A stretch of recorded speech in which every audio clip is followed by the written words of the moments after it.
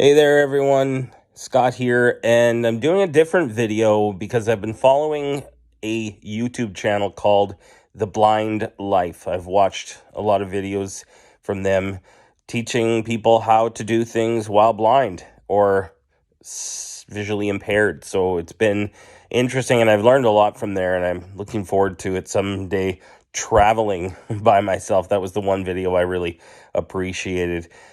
But one of the things that they encouraged was to do my blind story. And so that's what I'm going to do. I'm going to tell you my story of how became blind and how things are affecting me now. And hopefully somebody knows what I'm going through and has experienced, well, not hopefully, but I mean, it'll be neat to hear from other people that have dealt with similar issues. Basically, to start off, I had perfect eyesight as a kid. As an adult, I could sort of tell that I was blurring in certain things. And when I got glasses, it was pretty awesome. But other than that, everything's been fine. I know my mom had macular degeneration, but it never progressed very far. And I don't think that's what this is. I've been to two different ophthalmologists who have taken a look and don't really know what's causing it, but here's where it started. I did have a battle with the cancer with acute lymphoblastic leukemia, and there's a lot of things that people have thought or that it could have been, but nobody says or nobody knows exactly what it was. But I was spending some time at home after stem cell transplant, and I'm cancer free, praise the Lord. And I was able to do so many different things. But one morning when I was getting in the tub, I noticed my right leg was cool, and I had it on warm water. And I was like, is our water heater working? So I stepped in with the other foot, and I'm like, oh no, it is warm. So I was noticing different feelings in my legs and kind of like a sensory neuropathy, but they ended up doing a bunch of nerve conduction study, different things to see what was going on, and everything seemed to be fine. So it wasn't the nerves, but anyways, that sensation, I'm not going to say numbness, but just a lack of sensation of things that allow me to feel exactly what's going on from pretty much my rib cage down. Before it got to my rib cage, though, I was driving home on a trip from Saskatoon to head home after an appointment, and as I was shoulder checking to my left, I started to notice that I couldn't see in the peripheral, so I pretty much had to almost turn around to shoulder check on that trip. Needless to say, that was the last time I drove on the highway, and I kind of paid attention to that, but it was kind of weird. And maybe the next day was that week, there was a huge snowstorm, and I had been working at the radio station. I went back to help somebody who was starting for the first time, just kind of encourage them and make sure that they had all their questions answered. And that was at 5 a.m. Came home at 5:30. Snow had started on possibly the biggest snowstorm we've seen in a while here in Yorkton, and I couldn't find my corner. I was trying to see, and I basically had to drive with my head tilted to the left so that I could see, and I'm amazed that I didn't run into something. It was very scary at the moment. Parked the car, and I haven't driven since because it had started to move on my left eyeball. So anyways, that's when I started to lose my sight, and things just kind of progressed from there. And it's interesting because it's done a couple different things that made me question what was going on.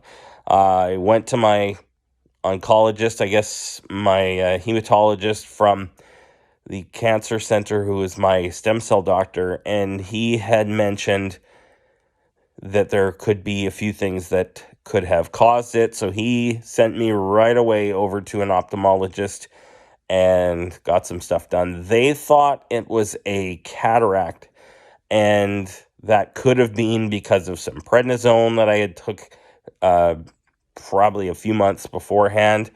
Was talking to a nurse friend of mine who said that they didn't think it was a cataract. Or no, it wasn't that they didn't think it. They just said that it was moving faster than a cataract usually does. So anyways, it started to progress, and it's weird. It was almost like a shutter. You know how a shutter kind of like on a camera, when you close the shutter, it's on an angle, and you open, and there's just a little bit that opens as the shutter opens. Well, this one, it's like it was kind of like the top shutter was kind of closing in, and then it eventually just stopped. But before that happened, my right side started to go, and it started to come over, kind of like the shutter thing as well, and it didn't stop. So I ended up losing all sight in my right eye, and then I still have a tiny bit on the inside of my left eye that I can still see. But that's the second part of it. It started to dim, and it made it harder and harder.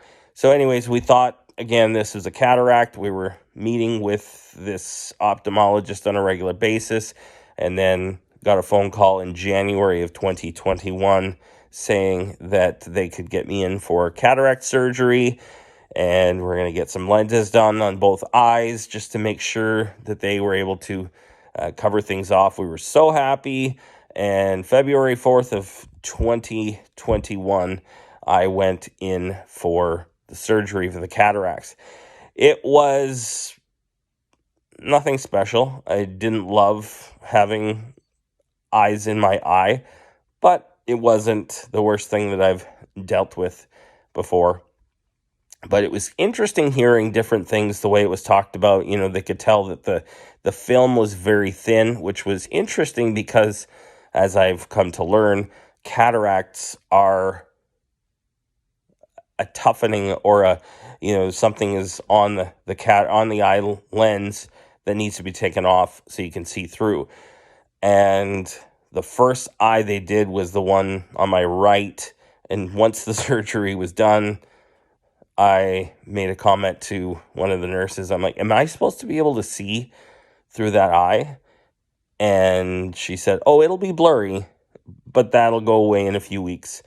And it was kind of interesting the way things came through, because in my head, I was thinking I'd take blurry because I can't see anything.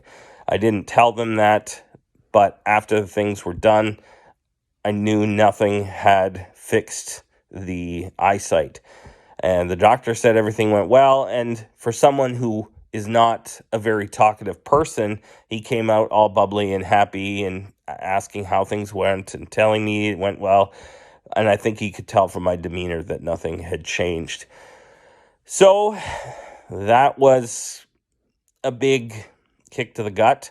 And he basically told me the next day in the appointment post-surgery that I probably wouldn't get my sight back. So that was a bit of a hard thing to take.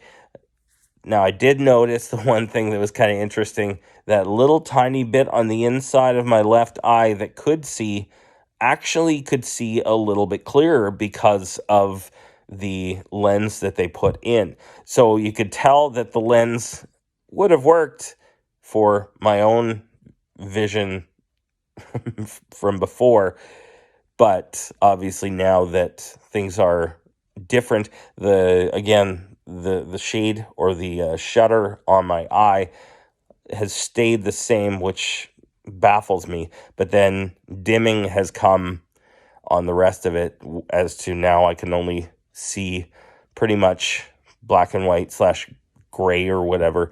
I can see certain colors when I'm in certain lights. Blue pops to me on a regular basis. So it's kind of interesting. It's not completely blind. I do see contrasts. My dog is quite dark gray, so She doesn't blend in. She blends in the dark outside, but on our carpet and our furniture, it's lighter colors, so she is able to be picked up. Things change in the sight, or in the light, I mean. So if it's really bright and I turn around to go in someplace dark, it's just like you went into a dark building after being outside. It's almost impossible to see anything. In the middle of the night, I used to be able to do quite well with the night light. Not much anymore. But one of the things that I notice is when I wake up, I generally will see almost like a filter of, a television that is getting no signal. You know how they used to call it snow, or it's really hard to explain, but that's the way things show for me when I'm going through waking up in the morning. One of the things I noticed before I went all the way was that I would notice patterns on our walls that were filled with a color or a pattern that wasn't just burned into my image. It was kind of interesting, and one of the doctors said that might just be, a memory thing or something in the brain. They did some tests to see how much was getting from my eyes to receptors in my brain. Really couldn't say much, and all the tests really haven't shown much. There's been people that said it's possibly cancer, possibly different infections that came after radiation. I do have sinusitis a bunch. There's talk about possible toxicity from the chemotherapy. There was also talked about some of the injections I had to take after the stem cell transplant, seeing as my immunity went down to zero, and they put in this new immune system from the stem cell transplant. They thought that maybe there were aspects of that coming in with graft versus host, but it didn't happen inside the first 100 days. So that everything has kind of been, I guess, what can you say? Everything has been kind of counted out. There's nothing really that they've been able to figure out. I do have some color in the optic nerve at the chiasm, I think it's called. They said that my nerve looks dim, and it hasn't really changed much. Interesting thing is I can see a tiny bit out of my left eye, can't see it out of my right eye, but I actually can tell things are better.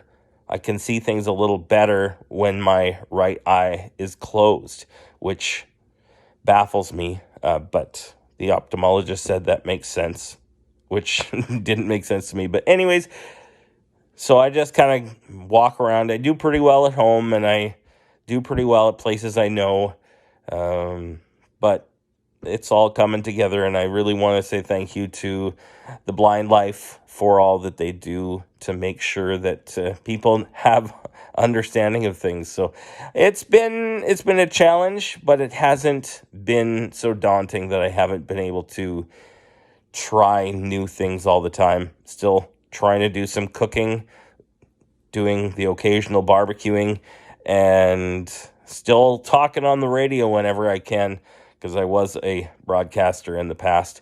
But either way, it's been something that I still try and figure things out, but it doesn't take me down. I've been through my pity parties, and I've never been one to try and let things stop me. I like to keep going forward when things are hard. So trying to figure things out, and it's amazing to have people in Canada, the CNIB. Also, I think they've changed their name, and I don't remember what it's called, but lots of different organizations that have tried to help. And it's been easier than I had anticipated. Definitely not easy by any mean, but it's definitely been interesting. and a new adventure for me. So thank you so much for listening. This has been my blind story, and thanks for watching.